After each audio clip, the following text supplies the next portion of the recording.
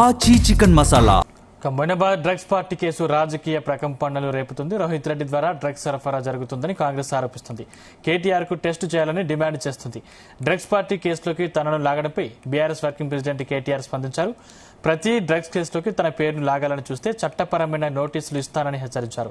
మాదక ద్రవ్యాలు మనుషులను రాక్షసులుగా మారుస్తాయని, బాధ్యతాయుతమైన పదవుల్లో ఉన్న వ్యక్తులు కూడా డ్రగ్స్ వాడకానికి పాల్పడటం దురదృష్టకరమని కేటీఆర్ చెప్పారు. డ్రగ్స్ వాడకానికి తాను పూర్తిగా వ్యతిరేకమన్నారు. డ్రగ్స్ వాడుతున్న వారిని, విక్రయిస్తున్న వారిని రాజకీయాలతో సంబంధం లేకుండా చట్ట ప్రకారం కఠినంగా శిక్షించాలని కేటీఆర్ అన్నారు. ఈ అంశంలో నీచమైన రాజకీయాల కోసం బీఆర్ఎస్ పార్టీని లాగుతున్నారని ఫైర్ అయ్యారు.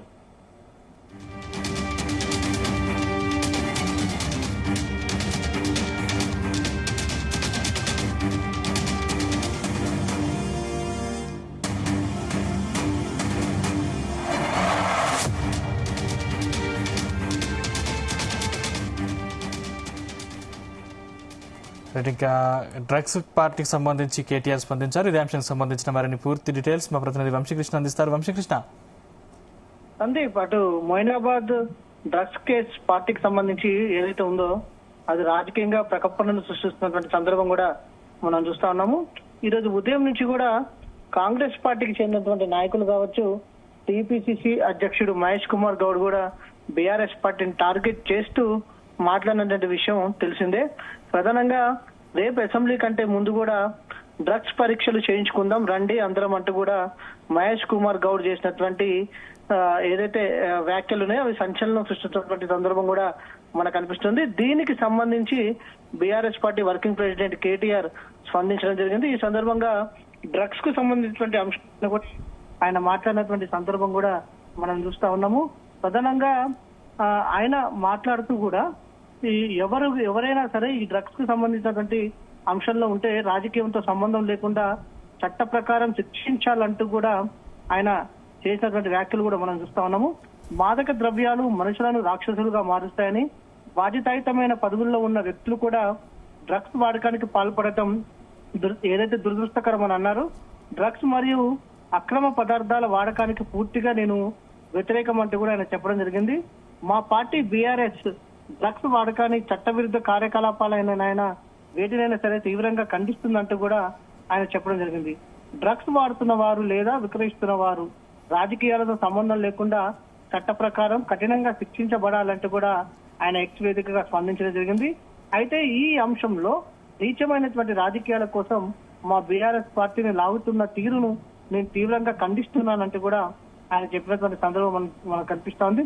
డ్రగ్స్ కేసును బీఆర్ఎస్ పార్టీపై రాజకీయ కక్ష సాధింపులకు వాడుకోవడం మీ అసహ్యకరమైనటువంటి రాజకీయాలకు నిదర్శనం అంటూ కూడా ఆయన వ్యాఖ్యానించడం జరిగింది. నేను ఏ పరీక్షకైనా సిద్ధమని ఇప్పటికే పలుమార్లు స్పష్టం చేశాను. అన్ని రాజకీయ పార్టీలు, ప్రజాప్రతినిధులు ఈ పరీక్షలు చేయించుకోవాలన్న మహేష్ కుమార్ గౌడ్ గారి సూచనను నేను స్వాగతిస్తున్నాను. మనమే ఆదర్శంగా నిలుద్దాం అంటూ కూడా ఆయన ఎక్స్ వేదికగా స్పందించడం జరిగింది.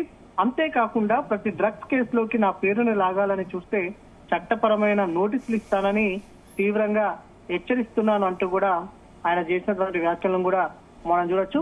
ఈ రోజు ఉదయం నుంచి కూడా కాంగ్రెస్ పార్టీకి చెందినటువంటి నాయకులు కావచ్చు, టీపీసీసీ అధ్యక్షుడు మహేష్ కుమార్ గౌడ్ కూడా చాలా తీవ్రంగా ఈ డ్రగ్స్ అంశానికి సంబంధించి కూడా మాట్లాడటం జరిగింది.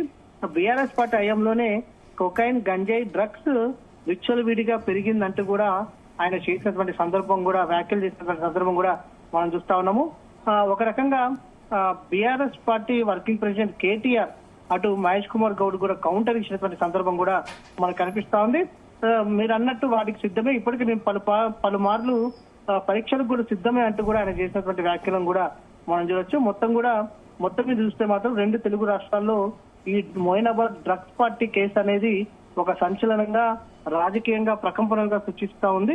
రేపు జరగబోయేటటువంటి అసెంబ్లీ సమావేశంలో ఒక రకంగా అధికార పక్షానికి అష్టంగా మారింది అనేది కూడా మనం చాలా స్పష్టంగా చెప్పుకోవాలి. సందీప్, మొత్తం మీద వంశీ అంటే మహేష్ కుమార్ గౌడ్ విసిరినటువంటి ఛాలెంజ్ కి కేటీఆర్ దాన్ని స్వీకరించారు. కేటీఆర్ కూడా దీన్ని తప్పుగానే ప్రకటిస్తున్నారు. సో కాంగ్రెస్ పార్టీ ఏ విధంగా రియాక్ట్ అయ్యే అవకాశం ఉంది దీని మీద? ఇప్పటికే కాంగ్రెస్ పార్టీ కూడా ఈ అంశం పైన ఘాటుగానే స్పందించింది అనేది కూడా చెప్పాలి. ఒక రకంగా రాజకీయ అస్త్రంగా అధికార పక్షం మలుచుకుందనేది కూడా మనం చెప్పాలి. ఎందుకంటే ఇప్పటికే అసెంబ్లీ సమావేశంలో అధికార పక్షాన్ని నిలదీయాలని అనేక ప్రజా సమస్యలపైన రైతు భరోసాకు సంబంధించి కావచ్చు, మూసీకి సంబంధించినటువంటి అంశం కావచ్చు, హెల్త్ పాలసీ కావచ్చు, దాంతో పాటుగా అనేక అంశాలు, మూసీకి సంబంధించిన అంశాలు, ఇలా అనేక అంశాలపైన చర్చించాలి, ఆందోళన కార్యక్రమానికి దిగాలని బీఆర్ఎస్ పార్టీ భావించింది.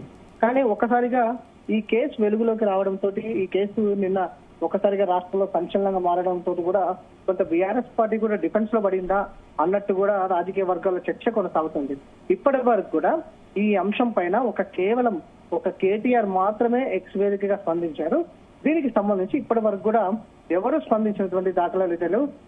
కాసేపట్లో డాక్టర్ శ్రవణ్ ప్రెస్ మీట్ నుండి ఏదైతే బీఆర్ఎస్ పార్టీ నుంచి నిర్వహించబోతా ఉన్నారు, మరి ఈ అంశం పైన ఏమైనా మాట్లాడతారా అనేది కూడా వేచి చూడాల్సిన అవసరం ఉంది. మొత్తం మీద కొంత బీఆర్ఎస్ పార్టీని టార్గెట్ చేస్తూ మాత్రం కాంగ్రెస్ పార్టీ మాటలు ఏదైతే పెద్ద ఎత్తున తూటాల్లో సంధిస్తున్నటువంటి సందర్భం కూడా మాకు చాలా స్పష్టంగా కనిపిస్తుంది. Thank you Vamsi.